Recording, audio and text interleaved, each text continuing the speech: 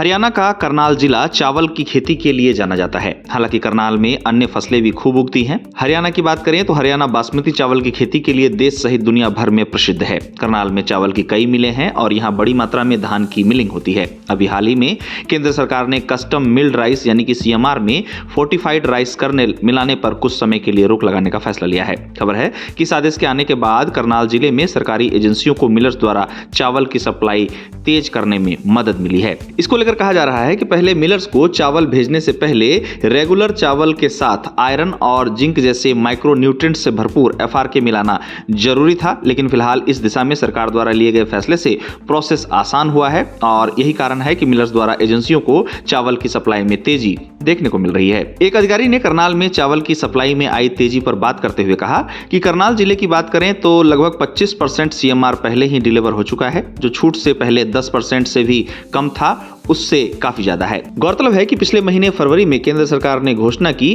कि चावल fortification programme को कुछ समय के लिए बंद कर दिया गया है, जहां ये पहले कुपोषण और एनीमिया को दूर करने के लिए PDS के तहत लागू की गई थी। अब सप्लाई में तेजी पर मिलर्स का कहना है कि पहले FRK मिलाने की जरूरत सप्लाई में बाधा बन रही थी, जहां पूरे हरियाणा में करीब 1400 राइस मिलर्स को FRK देने का काम सिर्फ 4 सप्लायर्स को दिया गया था, जबकि कुल डिमांड करीब 30,000 मीट्रिक टन थी। मिलर्स का कहना है कि सैंपलिंग अप्रूवल में देरी और कम अवेलेबिलिटी से प्रोसेस धीमा होने के कारण मिलर्स के बीच नाराजगी भी देखी जा रही थी। बता दें कि केंद्र के FRK पर लिए हालिया फैसले का करनाल के मिलर्स ने स्वागत किया है। उनका कहना है कि इस फैसले से उन्हें काफी ज्यादा राहत मिली है। इस मामले पर Karnal rice millers and dealers association के अध्यक्ष सौरभ गुप्ता कहते हैं कि FRK सप्लायर्स की कम संख्या और सैंपल अप्रूवल में देरी से सप्लाई में धीमापन आ गया था। गुप्ता ने कहा कि हमने सरकार के सामने कई बार यह मुद्दा उठाया था और अब केंद्र सरकार ने एक स्टडी के बाद इसे कुछ समय के लिए रोक दिया है। सौरभ गुप्ता का कहना है कि सरकार के फैसले से राहत मिली है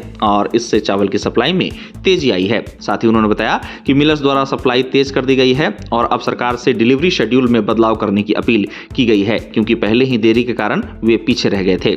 मौजूदा शेड्यूल की बात करें तो इसके अनुसार मिलर्स को दिसंबर के आखिर तक 15% CMR, जनवरी के आखिर तक 25%, फरवरी के आखिर तक 20%, मार्च के आखिर तक 15%, मई के आखिर तक 15% और बाकी 10% जून के आखिर तक डिलीवर करना होता है। अब मिलर्स पहले ही देरी के कारण पीछे रहने को कारण बताते हुए सरकार से डिलीवरी शेड्यूल में बदलाव करने की अपील कर रहे हैं। अब मिलर्स की इस अपील को लेकर सूत्रों ने जानकारी दी है। सूत्रों का कहना है कि सरकार मिलर्स की अपील पर विचार कर सकती है, क्योंकि FRK टेंडर को फाइनल करने में देरी हो रही है, जिसके कारण सरकार इस दिशा में विचार कर सकती है। इसी बीच Karnal district food supply controller के चेयरमैन मुकेश कुमार का कहना है कि सप्लाई में तेजी है और हमें उम्मीद है कि डिलीवरी जल्द ही 50% को पार कर जाएगी। बता दें कि CMR पॉलिसी के तहत मिलर्स को FCI को दिए धान का 67% डिलीवर करने से पहले चावल में 1% FRK मिलाना जरूरी है, लेकिन FRK सप्लाई में आ रही बाधाओं के चलते केंद्र सरकार ने CMR में फोर्टिफाइड राइस कर्नल मिलाने पर कुछ समय के लिए रोक लगाने का फैसला लिया है। हरियाणा में सिर्फ 4 FRK सप्लायर्स को ऑथराइज किया गया है,